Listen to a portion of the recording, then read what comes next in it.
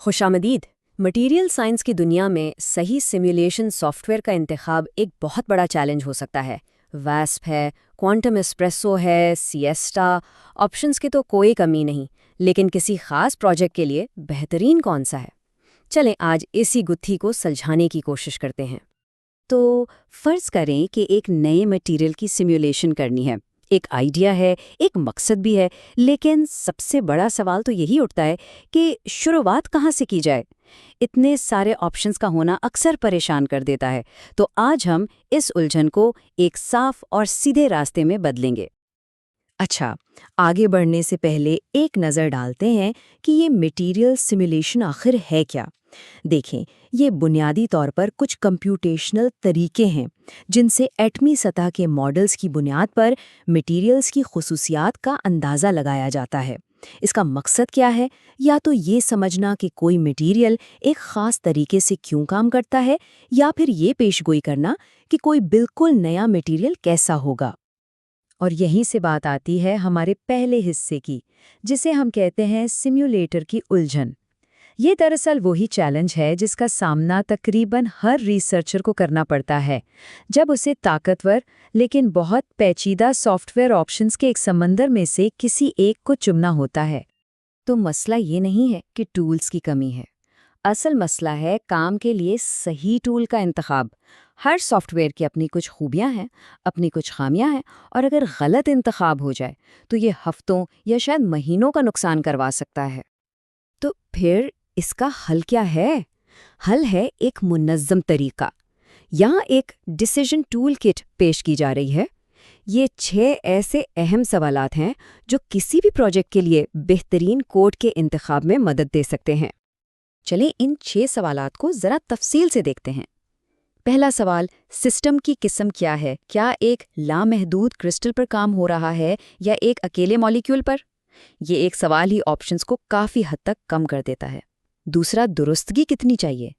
क्या एक मोटा-मोटा अंदाज़ा काफ़ी है या फिर हर इलेक्ट्रॉन की तफसील जानना ज़रूरी है? तीसरा सवाल है परफॉर्मेंस और स्केल का, यानी सिस्टम में एटम कितने हैं और क्या सुपर कंप्यूटर तक रसाई है भी या नहीं? चौथा, कौन से तरीके दरकार हैं? क्या सिर्फ बुनियादी डीएफटी से काम चल जाएगा या फिर टाइम डिपेंडेंट डीएफटी जैसे एडवांस तरीके भी चाहिए? पांचवां, इस्तेमाल में आसानी।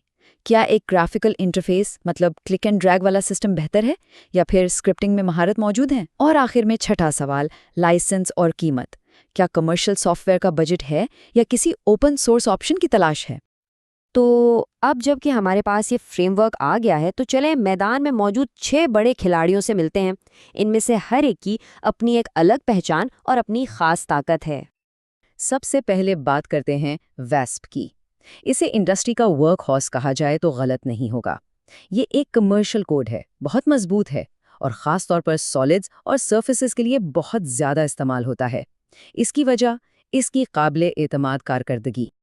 इसके बाद मैदान में आता है क्वांटम एस्प्रेसो। ये है ओपन सोर्स का पावर हाउस। समझ लें कि ये वास्प का एक मुफ्त और फीचर से भरा हुआ मुतबादिल है। इसकी कम्युनिटी सपोर्ट बहुत ज़बरदस्त है, और हाँ, इसमें फोनॉन्स जैसी चीज़ों के लिए ख़ास मॉड्यूल्स भी मौजूद हैं। अच्छा, अगर विजुअल इंटरफेस को तरजीह दी जाए तो फिर मटीरियल स्टूडियो का नाम आता है। ये एक all in one commercial suit है, और ये मशहूर क्यों है? अपने ग्राफिकल यूज़र इंटरफेस यानी जीयूआई की वजह से। इंडस्ट्रियल आर&डी के लिए तो ये बेहतरीन समझा जाता है। और अगर बात हो बहुत बड़े सिस्टम्स की, मतलब हज़ारों एटमों वाले सिस्टम्स की, तो फिर सिएस्टा का किरदार सामने आता है। इसे ख़ास तौर पर ऐसे ही बड़े सिस्टम्स के लिए डिज़ाइन किया गया है, और यहीं पर ये अपनी कारकर्दगी की वजह से सबसे आगे निकल जाता है। हमारा अगला कंटेंडर है ऑर्का। ये है मॉलिक्यूल्स की दुरुस्तगी का माहिर। ये क्वांटम केमिस्ट्री पैकेज है जो मॉलिक्यूल्स और क्लस्टर्स के लिए इंतहाई दुरुस्त कैलकुलेशंस करने में कमाल की महारत रखता है। और आखिर में आता है VN2K। इसे दुरुस्तगी का बेंचमार्क समझें। ये एक ऑल इलेक्ट्रॉन कोड है, मतलब ये सूडो पोटेंशियल जैसी कोई अप्रॉक्सीमेशन इस्तेमाल नहीं करता, और ये उन मुश्किल मटेरियल्स के लिए बेहतरीन है जहां हर एक इलेक्ट्रॉन की तफसीलात बहुत अहमियत रखती हों। ठीक है, तो अब जबकि सब मुद्दे मुकाबलों से तारुफ हो चुका है, अब वक्त है अपनी टूल किट को इस्तेमाल में लाने का और इन सब का एक हेड टू हेड मवाजना करने का। چلیں اب اس سب کو ایک ساتھ دیکھتے ہیں۔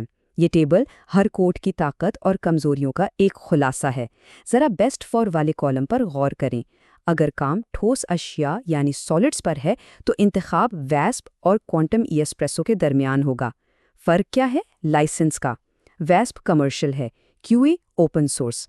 اگر سسٹم ہزاروں ایٹموں پر مشتمل ہے تو نظر سیدھی سیسٹا پر جانی چاہیے، لیکن اگر کام کا انحصار مالیکیولز کی درستگی پر ہے تو اورکا کا کوئی مقابلہ نہیں۔ اور جب درستگی ہی سب سے اہم چیز ہو تو VN2K جو کہ ایک آل الیکٹران کوڈ ہے وہی بینچ مارک بن جاتا ہے۔ ایک اور اہم بات، GPU سپورٹ کو بھی دیکھیں کہ وہ کیسے مختلف ہے، کیونکہ یہ کیلکولیشنز کی رفتار پر بہت بڑا اثر ڈال سکتی ہے۔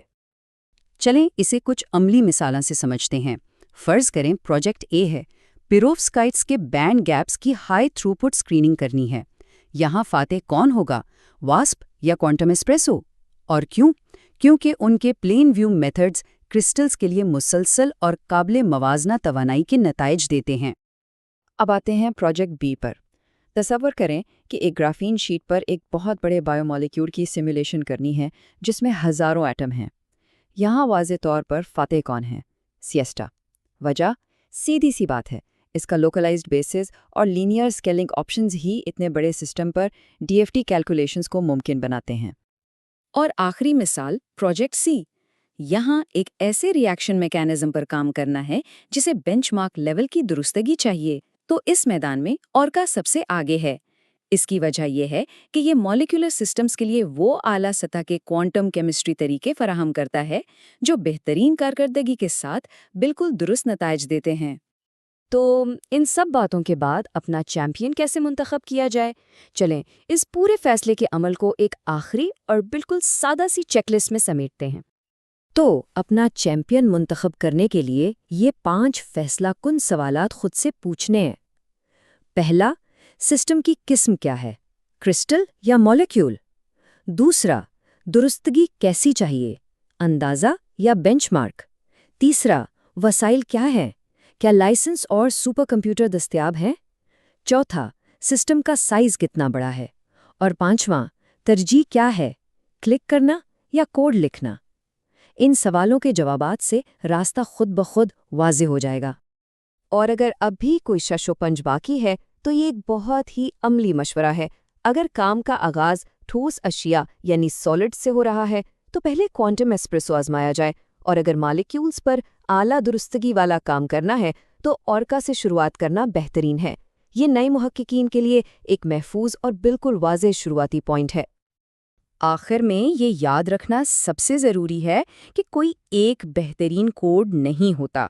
صحیح انتخاب ہمیشہ وہی ہوتا ہے جو کسی خاص مسئلے، دستیاب وسائل اور ورک فلو کے لیے سب سے بہترین ہو۔ اب صحیح ٹول منتخب کرنے کا فریم ورک موجود ہے، اب الجھن کی جگہ اعتماد نے لے لی ہے۔ تو اب سوال یہ نہیں ہے کہ کون سا کوڈ استعمال کیا جائے، بلکہ اصل سوال یہ ہے کہ اگلی بڑی دریافت کون سی ہونے والی ہے۔